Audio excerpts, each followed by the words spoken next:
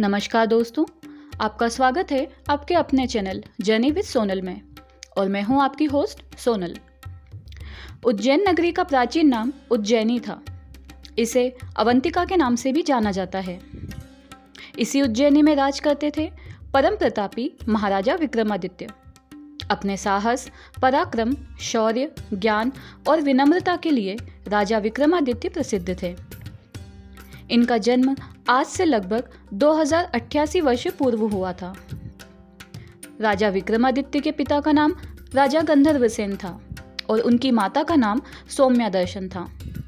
इनके बड़े भाई राजा भर्तरी थे। इसके अतिरिक्त एक छोटी बहन मैनावती भी थी। महाराज भर्तरी के सन्यासी हो जाने के बाद जब राजा विक्रम ने उज्जैन का सिंहासन संभाला तो उन्होंने अपने ज्ञान, वीरता और उदारता से बहुत ही जल्दी विश्व में प्रसिद्धि प्राप्त कर ली। कहा जाता है कि राजा विक्रम में देवताओं वाले गुण थे। माँ हरसिद्धि राजा विक्रम की कुल देवी थीं।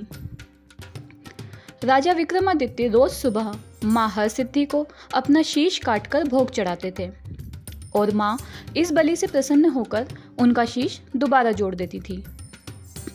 राजा विक्रम भारत के इतिहास में सबसे न्यायप्रिय राजा के रूप में जाने जाते हैं। कहा जाता है कि इनका न्याय इतना सटीक होता था कि वह न्याय के देवता शनि देव के न्याय के समतुल्य माना जाता था। महाराज विक्रम महाकाल के अनन्य भक्त थे। महाभक्त होने के कारण इन्हें ऐसी अलौकिक शक्तियां प्राप्त हुईं जिससे इन्होंने 32 योगिनियों के साथ साथ 2 बेतालों को भी सिद्ध कर रखा था। महाकाल ने इनकी भक्ति से प्रसन्न होकर इन्हें 32 योगिनियों से सुशोभित रत्न जड़ित स्वर्ण सिंहासन दिया था, जिसे हम सिंहासन 32 के नाम से भी जानते हैं। और इनकी रक्षा के लिए माँ पार्वती ने बेताल को भेजा था। बेताल इनका रक्षक होने के साथ साथ सलाहकार भी था। राजा विक्रम के दरबार में 9 रत्न थे, जो कि पूरे विश्व के सर्वश्रेष्ठ आयुर्वेदाचार्य, राजनीतिज्ञ, कवि आदि थे। सम्राट अशोक के बौद्ध धर्म अपना लेने के बाद भारत में सनातन सभ्यता खत्म होती जा रही थी।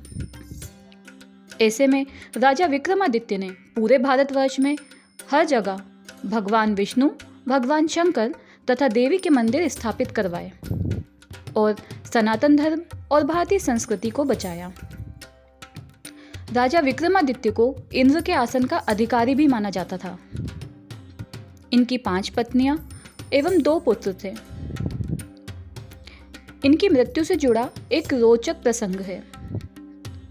कहा जाता है कि राजा ने एक दिन मां हरसिद्धि को अपना शीश काटकर भोग चढ़ाया, किंतु माता को चढ़ाने के पहले एक कौवे ने उस शीश में अपनी चोंच मारकर उसे झूठा कर दिया। भोग के झूठा हो जाने से देवी नाराज हो गईं और उन्होंने विक्रम का सिर दोबारा नहीं जोड़ा, जिससे उनकी मृत्यु हो गई। वैसे तो अपनी योग शक्ति से राजा विक्रम जान चुके थे कि अब उनकी मृत्यु होने वाली है।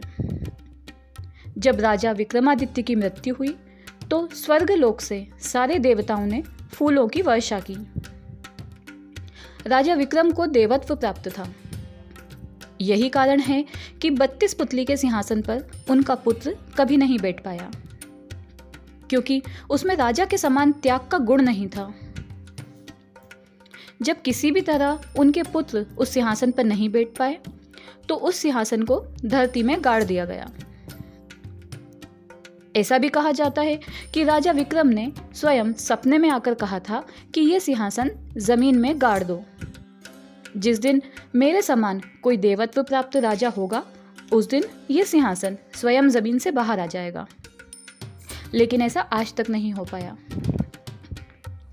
राजा विक्रम ने अपने नाम पर विक्रम संवत हिंदू तिथियों की शुरुआत की, जिसे हम हिंदी कैलेंडर भी कहते हैं। राजा विक्रमादित्य जैसा परम प्रतापी, शूरवीर, महाज्ञानी, महाभक्त राजा ना हुआ है ना ही होगा। आज भी जमीन में दफन 32 पुतलियों का सिंहासन अपने सम्राट की प्रतीक्षा में है। एक ऐसी प्रतीक्षा जो शायद अब कभी पूरी ना हो पाए। आज बस इतना ही। आपकी इस बारे में क्या राय है, कृपया हमें कमेंट करके ज़रूर बताएं। अगर आपको ये वीडियो पसंद आया हो तो कृपया इसे लाइक और शेयर करें और हमारे चैनल जर्नी विद सोनल को सब्सक्राइब करें। कल फिर आपसे मुलाकात होगी ऐसे ही किसी रोचक किस्से के साथ। तब तक के लिए नमस्कार।